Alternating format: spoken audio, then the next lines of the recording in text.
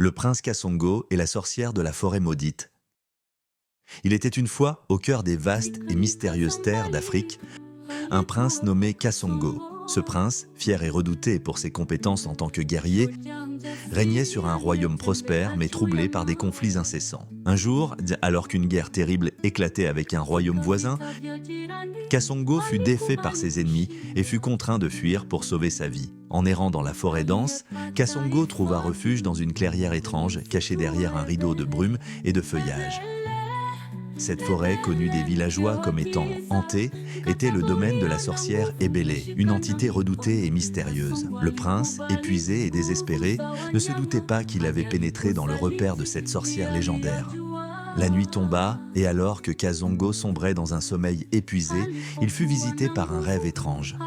Dans ce rêve, une femme d'une beauté surnaturelle apparut, la peau aussi sombre que la nuit elle-même, ses yeux brillants comme des étoiles lointaines. Elle se présenta comme Ebele, la sorcière de la forêt. Elle lui offrit un pacte. En échange de ses pouvoirs surnaturels, il devait accepter certaines conditions impitoyables. À son réveil, Kasongo se retrouva transformé. Il possédait désormais la rapidité d'un jaguar, la force d'un buffle, la férocité d'un lion, des yeux perçants comme ceux d'un aigle et un corps aussi solide que la carapace d'un crocodile. Avec ses pouvoirs, il revint dans son royaume et en quelques mois conquit les villages voisins, établissant son règne avec une puissance inégalée. Cependant, le prince avait négligé les conditions imposées par la sorcière. Ebele avait stipulé qu'il devait revenir dormir dans la forêt lors de chaque pleine lune, sinon elle déchaînerait sa fureur sur son royaume en envoyant des maladies qui détruiraient les enfants du village. De plus, il lui était interdit d'épouser une autre femme ou d'avoir des enfants parmi les vivants, sous peine de provoquer la colère de la sorcière. Malgré ces avertissements, Kasongo tomba amoureux d'une orpheline du village nommée Nia, la fille du boulanger. Leur amour était profond et sincère, et bientôt ils se marièrent. Leur bonheur fut complet lorsqu'ils eurent un enfant, un fils qu'ils nommèrent le Kofi. Cependant, leur bonheur fut de courte durée. La nuit de la pleine lune, Kasongo négligea de retourner à la forêt comme stipulé dans le pacte. Les signes de la colère d'Ebele ne tardèrent d'espace à se manifester. Les enfants du village commencèrent à tomber malades, affligés de fièvres mystérieuses et de douleurs inexplicables. Les cris des parents désespérés résonnèrent dans la nuit et une sombre inquiétude envahit le royaume. Kasongo, rongé par le remords et l'angoisse, comprit alors l'ampleur de son erreur. En désespoir de cause, il se rendit dans la forêt maudite pour confronter Ebele. Là, dans la clairière où tout avait commencé, il trouva la sorcière, dont la colère était palpable.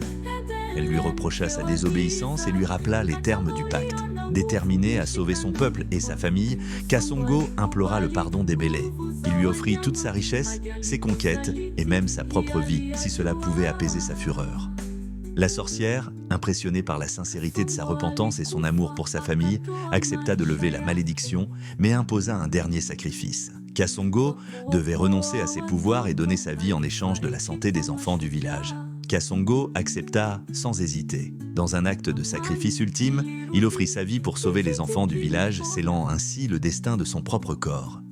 Sa vie devint une offrande précieuse pour le bien-être de son peuple. En conséquence, la malédiction fut levée et les enfants du village retrouvèrent la santé.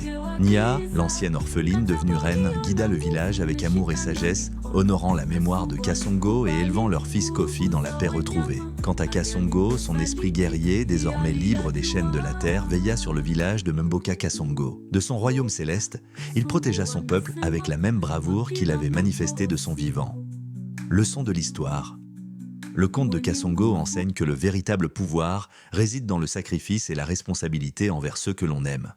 La richesse et la puissance sont éphémères comparées à la force du sacrifice personnel pour le bien-être des autres. La sagesse et l'amour véritable transcendent les biens matériels et les capacités surnaturelles, et même au-delà de la mort, un esprit protecteur peut veiller sur ceux qui restent, assurant la paix et la prospérité pour les générations futures.